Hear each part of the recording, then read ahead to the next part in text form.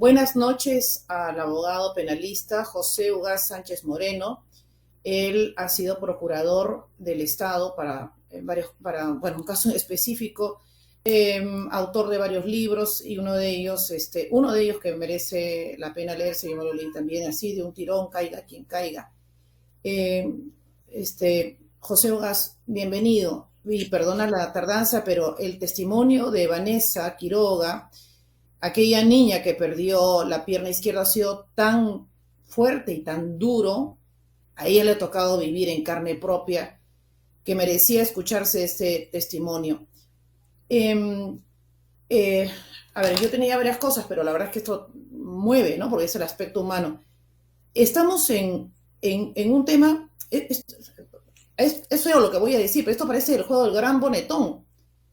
Es increíble que no tengamos un protocolo y que no se sepa lo que se debe hacer en una situación como esta, cuando fallece un reo, cuando fallece además el jefe de una banda terrorista.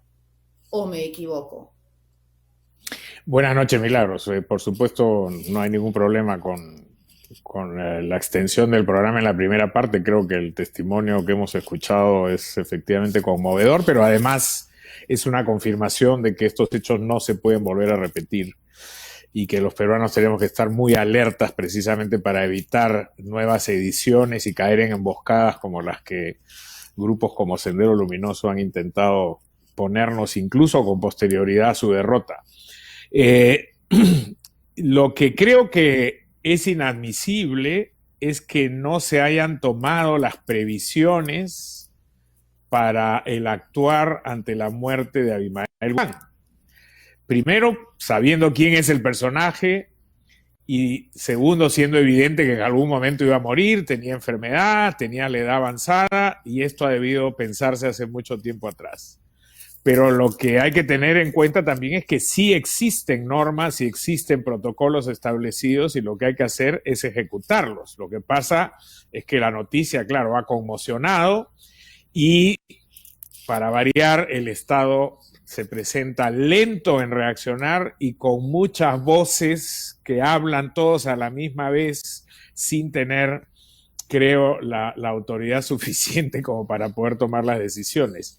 Esta noche el Ministerio de Justicia ha enviado una comunicación a la Fiscalía de la Nación recordándole cuáles son las normas de aplicación para casos como estos, si es que no se reclama un cadáver a los 36 horas por persona autorizada y la señora que se ha presentado con un poder simple no está dentro de lo que la ley contempla como una posibilidad de entrega del cadáver, y entonces en esos casos ya es potestad de la autoridad, en este caso el servicio forense, que depende del Ministerio Público, tomar la decisión que corresponda. O ese cadáver pasa a ser objeto de trabajo científico, es decir, para las facultades de medicina, etcétera, o se puede disponer su eliminación en una fosa común o algo similar, una cremación, como se ha venido hablando. Entonces creo que ya el camino está señalado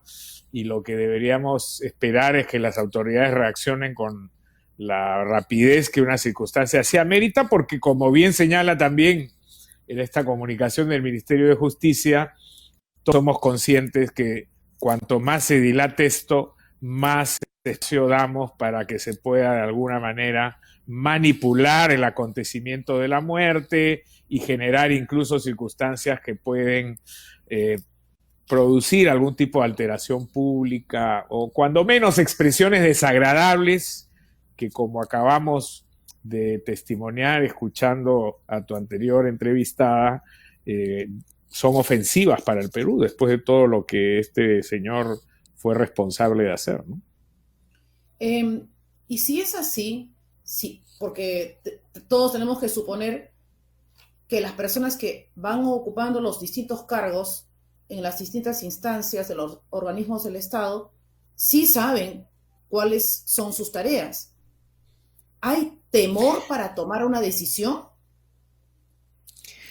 Mira, no es inusual que el Estado sea lento en reaccionar y sobre todo en circunstancias políticas Y hay que ponerlas en un contexto, porque también es verdad que estamos viviendo una situación con un margen de incertidumbre por un gobierno que no las trae todas consigo, que da marchas y contramarchas, que da mensajes confusos.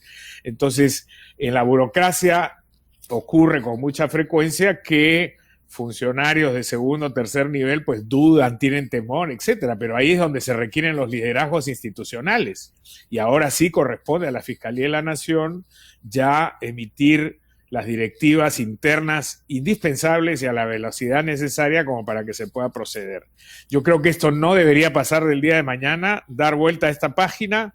El genocida más importante de la historia del Perú ha desaparecido y creo que ahora lo que corresponde es, tal vez sea la fecha propicia para renovar un debate de cuál es la agenda pendiente en el Perú para que estas circunstancias no se vuelvan a repetir. Insisto en mi pregunta, ¿existe temor? No lo sé, no conozco realmente cuáles son las... A la luz de los hechos, ¿no? O sea, consecuentemente, digamos, ¿no? Con un poquito nada más de lógica.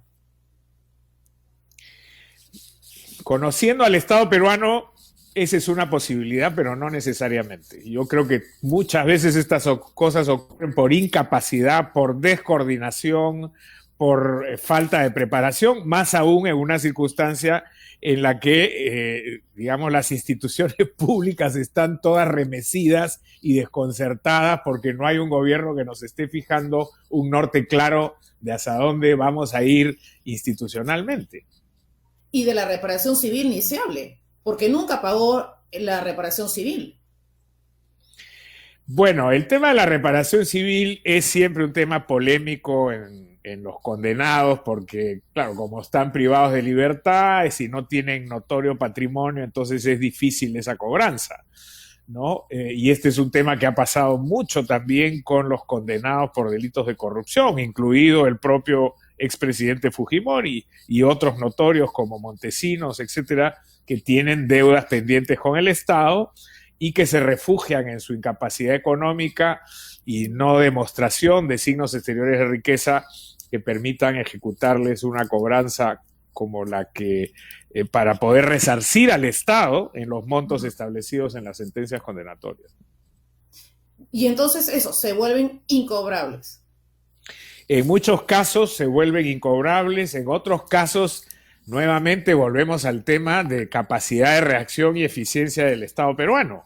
Recuerdo que cuando asumió la Procuraduría ad hoc para el caso Fujimori y Montesinos, la gestión de Arbizu, por ejemplo, él reactivó todos estos mecanismos de cobranza que habían estado dormidos durante mucho tiempo en las gestiones anteriores y en un plazo prudencial pudo efectivamente cobrar montos importantes por concepto de reparación civil. Muchas veces depende de romper esta inercia burocrática en la que caen los funcionarios públicos y no hacen sus mejores esfuerzos para poder resarcir al Estado y compensar de alguna manera el daño económico, patrimonial, emocional y de todo tipo que el terrorismo y la corrupción han causado y siguen causando en el Perú.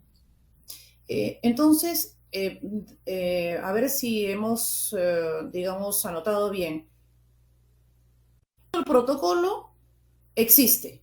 Lo único es que hay que aplicar la medida, hay que ejecutarla, nada más. No es necesario proyecto de ley, que se discuta, eso no es preciso. Transcurridas las 36 horas sin que se dé la circunstancia que prevé la ley, que un familiar directo legitimado para recuperar el cadáver, si eso no se ha presentado, entonces lo que corresponde es lo que establece la ley, que es la disposición del cadáver por parte de la autoridad. Y, digamos, ese es el protocolo regular, tratándose de un personaje que tan controversial como Abimael Guzmán, creo que con mayor razón debería ejecutarse ese protocolo a la brevedad posible y en circunstancias que no dejen ni un margen para que en el futuro inmediato o lejano se preste esta muerte y la disposición del cadáver a ningún tipo de circunstancia que pueda alterar el orden público y ofender la memoria de estas 70.000 víctimas que dejó el terrorismo en los años que estuvo vigente en el Perú. Muy bien. Solamente un comentario final. Como mencionaste la palabra político, infelizmente siempre hay digo infelizmente porque las cosas deberían marchar técnicamente, ¿no? En todo esto siempre hay un factor político. Debió haber habido una reacción política, me refiero al presidencial. Definitivamente es un hecho político. Le guste o no le guste a algunas personas que se hable de política, el terrorismo es un hecho político. Y Abimael Guzmán estuvo presente en el debate político de este país. Eso no le da ninguna legitimidad ni lo hace menos asesino y menos genocida de lo que es Sendero Luminoso y de lo que él fue como personalidad. Hay gente que cree que eliminando las palabras del diccionario o del lenguaje va a eliminar los fenómenos y eso no es así. Entonces, si este es un hecho que tiene impacto político, también merece una respuesta política. Y esa respuesta política tiene que ser de una contundencia tal que no deje margen alguno para pensar que el Estado peruano va a permitir situaciones como esta nuevamente.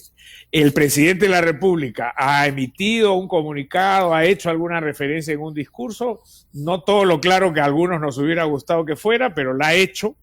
Y lo que resulta más o menos inexplicable son los silencios del primer ministro, ¿no? Porque de la PCM no hemos escuchado nada que implique, sobre todo en un contexto político donde se está acusando a este gobierno, o por lo menos levantando algunas sospechas de que algunos de los funcionarios que está nombrando, incluido el primer ministro, son apologetas del terrorismo o han tenido vinculaciones orgánicas con Sendero Luminoso o con sus organismos generados como el Movadef y el CONARE-SUTEP. Entonces, era la oportunidad magnífica para que el gobierno pudiera con toda contundencia decir: nosotros no tenemos nada que ver con esta gente, estos han sido actos delincuenciales y el gobierno no los va a tolerar por ningún motivo. Algo de eso se ha hecho, pero insisto, no creo que hubiera hecho daño, sino todo lo contrario, hubiera sido muy beneficioso para el gobierno si hubiera sido más claro, más tajante y mucho más enfático en marcar distancia con estas fuerzas oscuras que tanto daño le han hecho a nuestro país. Muchas gracias, José Ugaz, por estas apreciaciones importantes. Además atendiendo a la experiencia naturalmente que has desarrollado, igualmente defendiendo los intereses del Estado en otras causas. Muy amable. Buenas noches, gracias a usted. Gracias. José Ugaz Sánchez Moreno, abogado, especialista en Derecho Penal, y recordaremos, ha sido procurador del Estado y autor de 2 textos, 2 libros.